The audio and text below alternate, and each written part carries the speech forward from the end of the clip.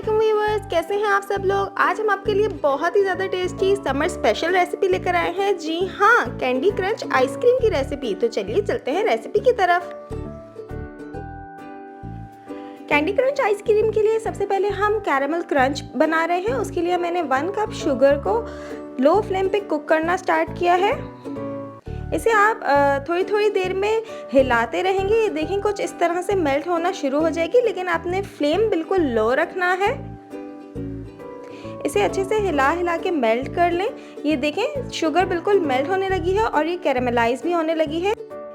जब इस तरह कैरेमल का अच्छा सा कलर आ जाएगा तो हम इसे स्टील की प्लेट में पोर करेंगे। पोर करने के लिए हमने एक स्टील की प्लेट ली है, उसको थोड़ा सा ग्रीस कर लिया है ऑयल से। उसके बाद हम इसमें इसको पोर करेंगे और इसे ठंडा करने के लिए 15 मिनट तक रख देंगे। जब कैरेमल ठंडा हो जाएगा तो ये सेट हो जाएगा। उसके बाद हम इसका क्रंच बनाएंगे। क्रंच बनाने के लिए आपको इसको किसी भी हैमर से इसको इस तरह से कूट लें, या फिर इसे शॉपिंग बैग में डाल के इसे अच्छे से कूट लें, या आप चॉपर में डाल के इसको चॉप कर लें।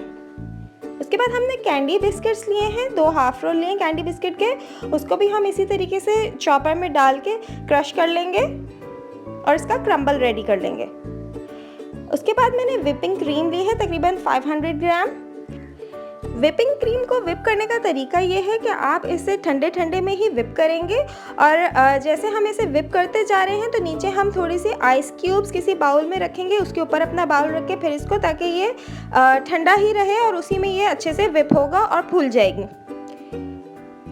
उसके बाद हमने इसमें कैंडी बिस्किट का क्रम्बल ऐड किया है, इसे भी मिक्स कर लेंगे।